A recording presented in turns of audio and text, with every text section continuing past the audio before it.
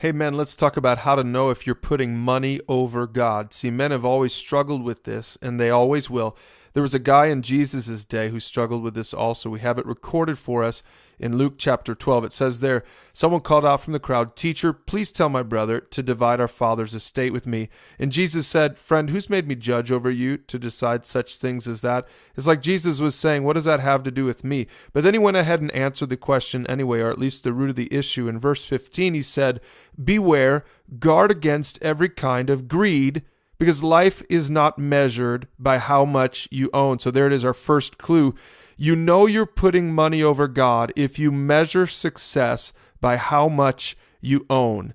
You know, like what car you drive or what clothes you wear or your house, that kind of thing. Now, it's not that any of that stuff is bad. It's only bad if that's how you measure your success. Or on the flip side, if you feel like a failure based on any of that stuff. And then Jesus went on and told them a story. He said, a rich man had a fertile farm that produced fine crops, and he said to himself, "What should I do? I don't have room for all my crops." And then he said, "I know, I'll tear down my barns and build bigger ones, and then I'll have room enough to store all my wheat and other goods. And I'll sit back and I'll say to myself, my friend, you have enough stored away for years to come. Now take it easy, eat, drink, and be merry." So here's the second thing. You know you're putting money over God if you keep building bigger barns for your stuff, or, bigger garages or houses or whatever. You know how it works. You get a new boat, so you need a bigger truck to haul the new boat, but now the truck doesn't fit in your garage, so you need a new one of those, but that has to come attached to a new house, and it just never stops. This is what Jesus means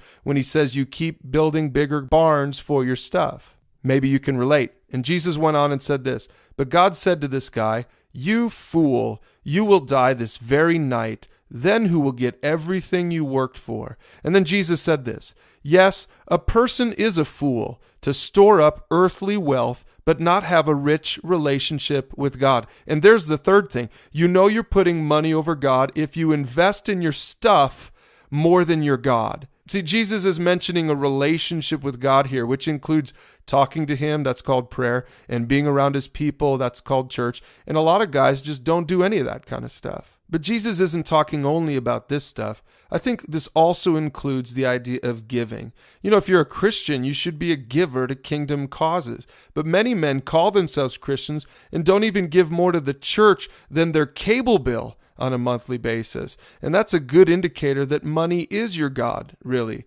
Or at least the stuff that money can buy is your God. So there it is. Be real with yourself now, men, and ask if you're putting money over God. And if so, stop doing it. Jesus called it foolish.